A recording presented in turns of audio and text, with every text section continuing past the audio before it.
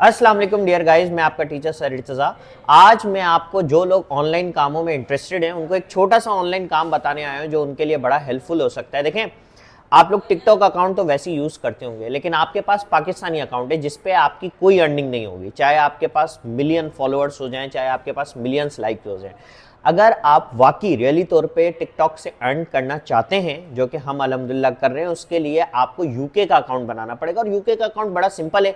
इंशाल्लाह as soon as possible मैं उसकी वीडियो शेयर करने वाला हूं कि यूके का अकाउंट कैसे बनता है। अच्छा, यूके के अकाउंट पे कब अर्निंग स्टार्ट होती है, उसकी मोनेटाइजेशन के कुछ रूल्स एंड रेगुलेशन है। सबसे पहला, आपके 10,000 फॉलोअर होने चाहिए और आपके पास 6 लाख व्यूज होने चाहिए। जैसे ही आपके 6 लाख व्यूज और 10,000 फॉलोअर हो जाएंगे, आपको टिकटॉक अर्निंग देना स्टार्ट हो जाता है। फिर काफी सारे लोग ये सर्विसेज प्रोवाइड करते हैं, क्योंकि पाकिस्तानी बैंक कनेक्ट नहीं होता, तो आप यूके में काफी सारे लोग इसकी सर्विसेज प्रोवाइड करते हैं जो कि फेसबुक के ऊपर।